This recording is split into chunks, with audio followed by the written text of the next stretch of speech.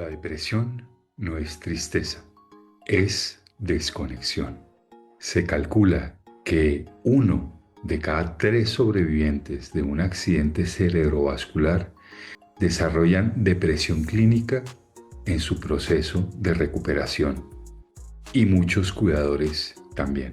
Pero no siempre se nota, no siempre se dice y a veces ni siquiera se entiende como algo real. Hoy hablaremos sin miedo y con claridad acerca de la depresión. Bienvenidos a Mente Resiliente. Aquí hablamos con el corazón, pero también con evidencias y herramientas. Para ti que cuidas, para ti que estás en proceso de recuperación.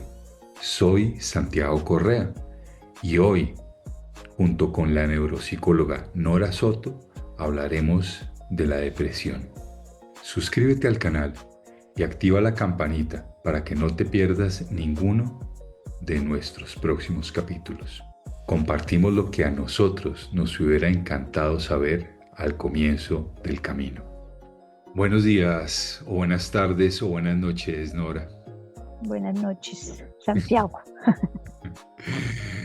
Bueno, hoy vamos a hablar sobre la depresión post-accidente cerebrovascular y hemos decidido hacerlo en dos tandas.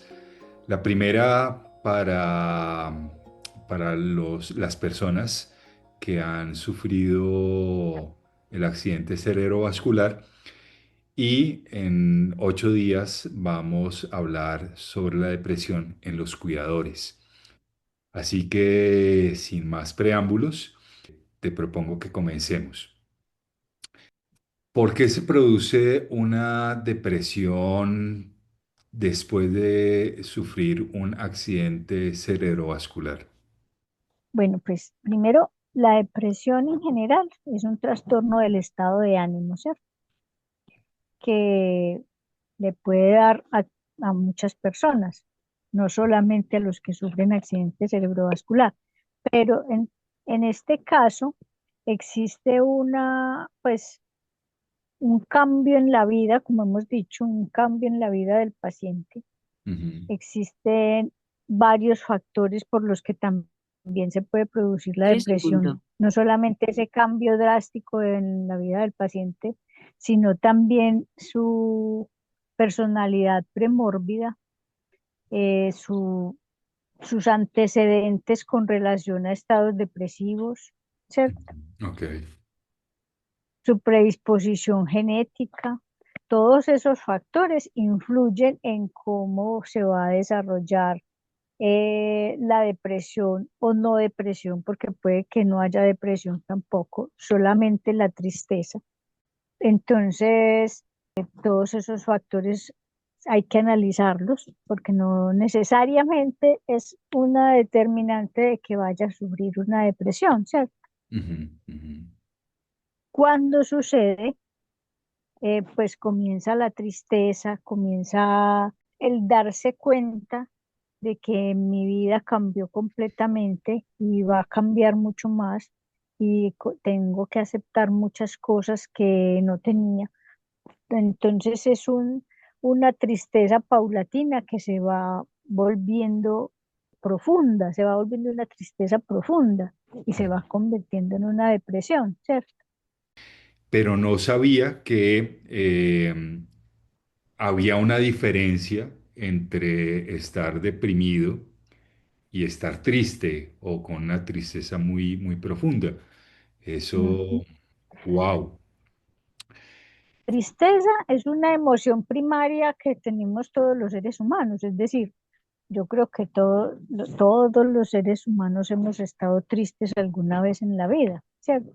Ujú, ujú, Pero entonces esa tristeza pasa, pues pasa en una semana o pasa en un día, inclusive podemos estar tristes un día por una circunstancia particular, por cualquier ujú, cosa.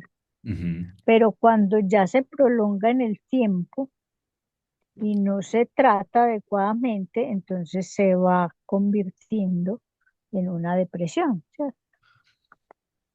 ¿Es solamente una depresión, digamos, a nivel emocional o es también una depresión a nivel neurológico?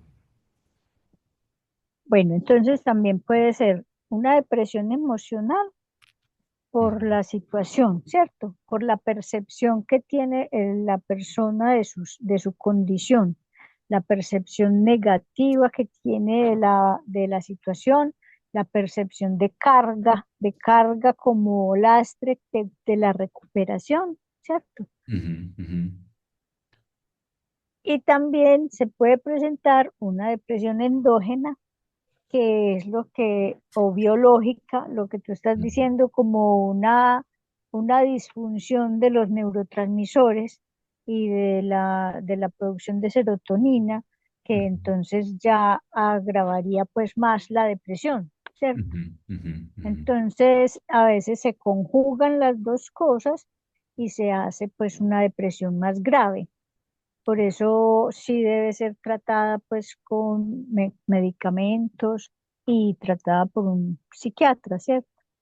Y entonces, la siguiente pregunta es, ¿qué señales de alerta hay que observar?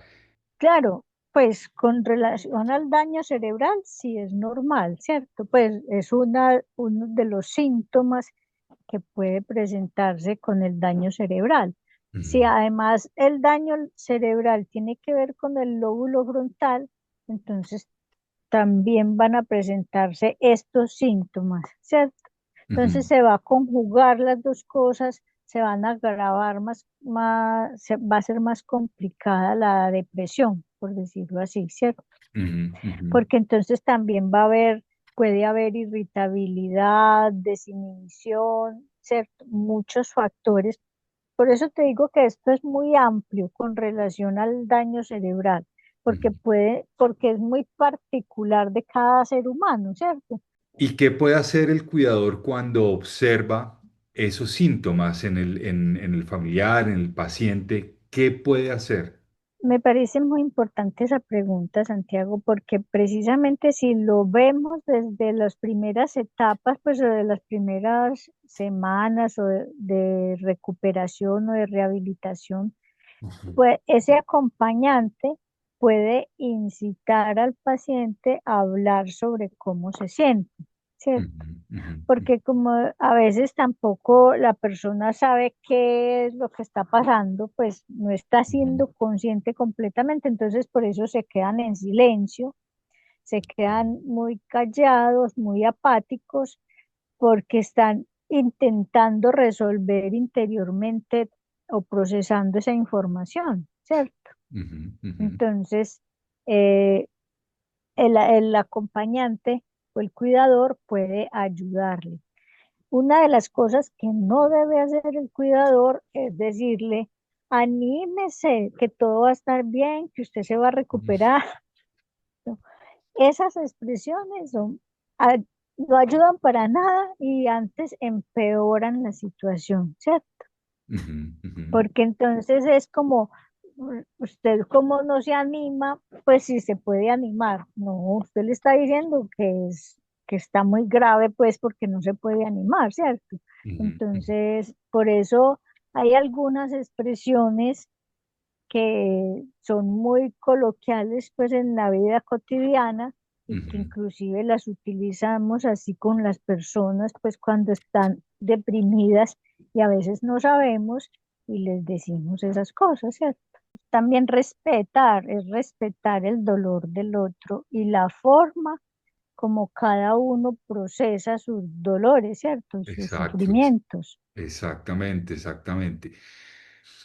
Pero el Entonces, acompañante puede hacer mucho en eso que tú dices en las primeras etapas, en acompañar precisamente, ¿cierto? En ujú, apoyar con ujú, amor, ujú. simplemente en estar ahí. Eso es mucho. Bueno, y ahora hablemos cuando uno es el paciente y qué papel juega la culpa, la autoexigencia, el ya no puedo más.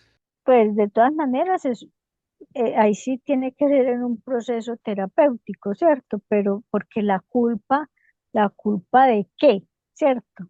Lo que pasa es que siempre vamos a buscar culpables y generalmente el culpable es el paciente. Y la Por eso autoexigencia. hablábamos de la aceptación, perdón.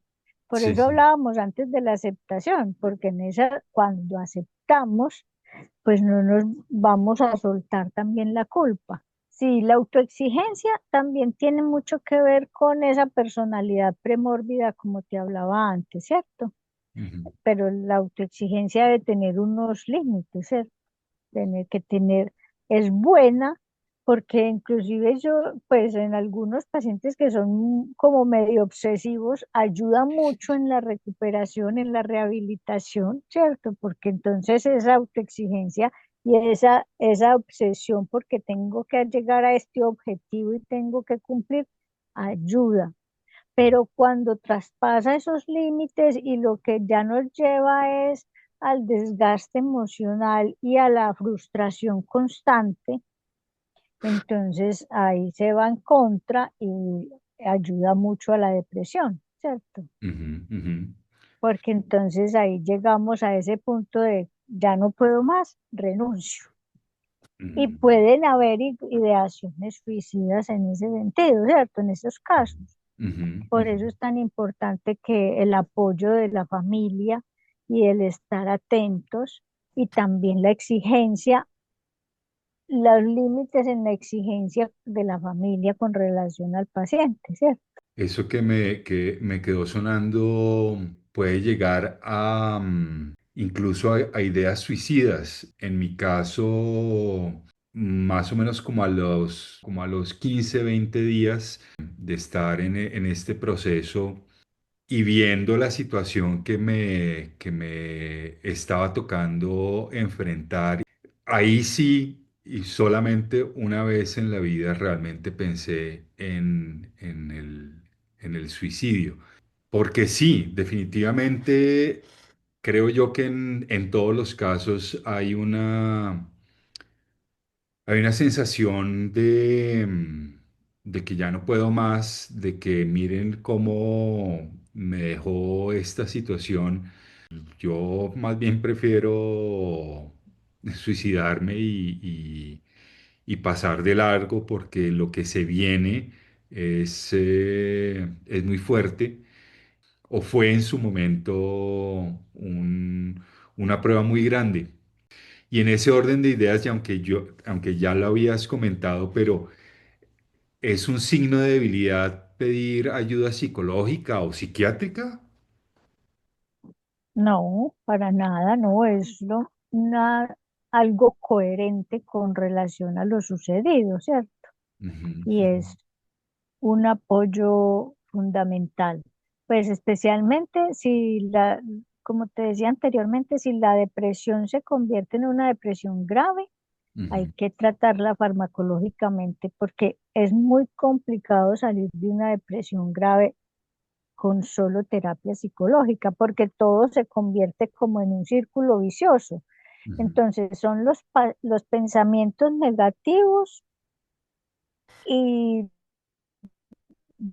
derrotistas, todo catastrófico, no puedo, el mundo es un caos y lo biológico también ahí haciendo su juego sin poder subir la serotonina ni tener endorfinas.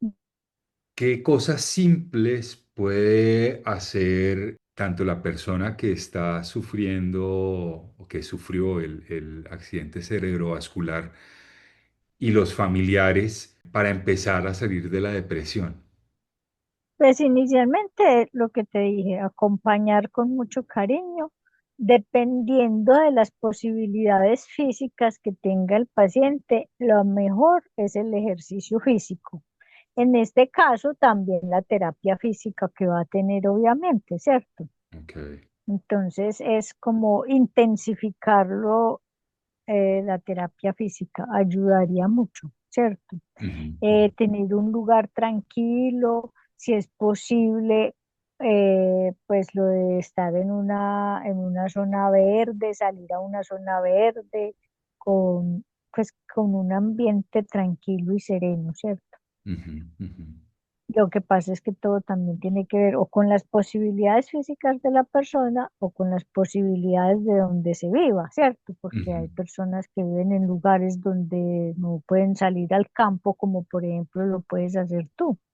ujú, ujú, También, sí, también como que las personas, los acompañantes transmitan tranquilidad y serenidad. No en el sentido de decirle tranquilícese, cálmese, no, sino que en sí ellos también estén tranquilos apoyando. ujú, ujú. Eso es transmitir tranquilidad y serenidad, ¿cierto? Bueno, y como última pregunta, ¿se puede estar en depresión y aún así seguir avanzando en la recuperación física y de pronto emocional? Sí, claro. Sí, pues siempre y cuando lo que te decía antes, no avance, no haya una depresión severa, Ujú, porque a veces es muy complicado. Por eso te digo, si permitimos que se llegue a una depresión severa o la persona tiene una depresión grave, entonces es muy difícil para la persona sacar energía para ujú, seguir en su rehabilitación. No tiene ganas ni energía para moverse. ujú, Entonces, pero si ya ha pasado por el proceso y está en un proceso psicológico, está en un tratamiento psiquiátrico, pues con medicación, ujú, entonces sí puede seguir en su rehabilitación física y le ayudaría muchísimo, ¿cierto? Porque también en la rehabilitación física, la rehabilitación cognitiva, le generaría al mismo tiempo unas expectativas y unos avances que le va generando motivación. ujú, ujú. Ok, ok. Sí, lo que pasa es que por eso te decía antes, no, en un principio es importante no llegar a esos estados de la depresión severa, ¿cierto? Ujú, Por eso ujú. hay que tratarla desde el principio. Bueno, Nora, pues de verdad muchísimas gracias por estar acompañándonos en esta mente resiliente y te invito para que en 8 días hablemos sobre la depresión ahora de los cuidadores. ¿Algo más que quisieras decir antes de despedirnos? No, yo pienso que una de las cosas que siempre les digo a las personas es que la tristeza, el dolor y el sufrimiento hay que sentirlo. No es negarlo, sino sentirlo, vivirlo y hablarlo. Y así también eso le ayudará a que pase. Perfecto, Nora. Pues muchísimas gracias. Para todos nosotros los que sufrimos, bien sea porque lo vivimos en carne propia o un familiar, un amigo, un paciente sufrió un accidente cerebrovascular, le decimos, no están solos. Parte de la recuperación es tratar los temas que algunas veces no queremos, pero que sí o sí toca tratar para sanar. Si no se han suscrito al canal, por favor, háganlo. Cuéntenos su experiencia y por favor compártelo con aquellas personas que necesitan escuchar eso. Muchísimas gracias y nos vemos en 8 días acá en Mente Resiliente. Gracias.